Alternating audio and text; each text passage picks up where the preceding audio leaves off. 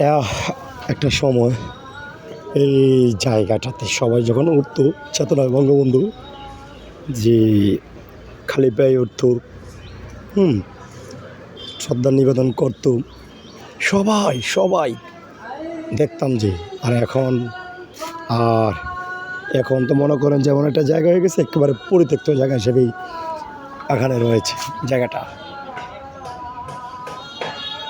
এই যে এমন একটা অবস্থা হয়েছে যে গাছগুলো যে আসা বেরো রয়েছে, যে দেখেন অপরিষ্কার অপরিচ্ছন্ন এইরকম সারা দেশে যেগুলোতে মানে স্থাপনার নামে যে কাজগুলো করা হয়েছে, মানুষের মতামতের ঊর্ধ্বে গিয়ে প্রতিটা জায়গায় কিন্তু মোটামুটি এরকম একটা পরিত্যক্ত জায়গা হিসেবে দীর্ঘদিন থাকবে। হয়তো এটা ভেঙে ফেলবেই, অন্য কিছু করা হবে, সব মিলিয়ে ঝিলিয়ে আসলেই